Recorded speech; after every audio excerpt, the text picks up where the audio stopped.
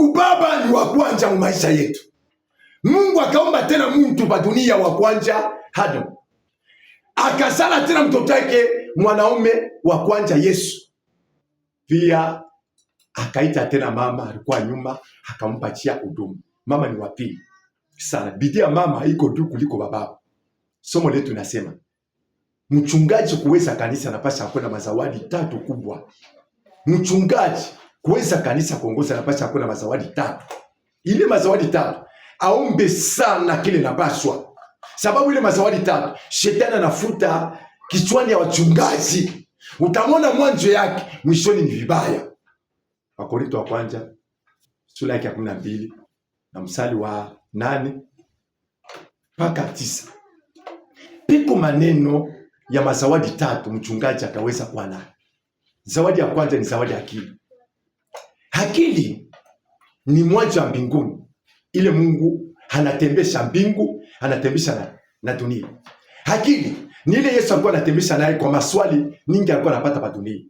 Akili inatembesha kila kitu hapa chini ya dunia. Yani inapasa mchungaji akuwe na akili.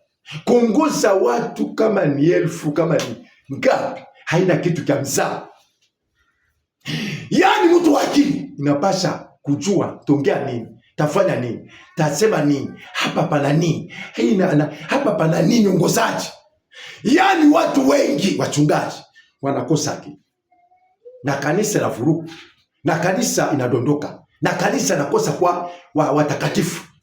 Tutongea kwa ukweli. Akili ni kweli watu wanipendaka sana. Sulemani pakuwa na akili Israeli halichofia kwake. Kumbe mtu wa akili watu wengi walikalaka pembeni yake kusikiliza. Mchungaji anapaswa akuwe na kitu cha pili, imani. Peke yake ni wa kwanza kwa kuamini Mungu na akapewa Biblia. Imani ya tele ya mchungaji. Mchungaji anapaswa kuwa na imani ya kuaminia na kupeleka batu baamini. Misemo ile ya imani italeta sasa na bale baaminifu baamini. Kama imani ya mchungaji ni mdogo sana, utamona roho yake itakuwa ufu. Mchungaji anapaswa anakuwa na zawadi ya 3, kutafsiri. Kutafsiri tu lugha.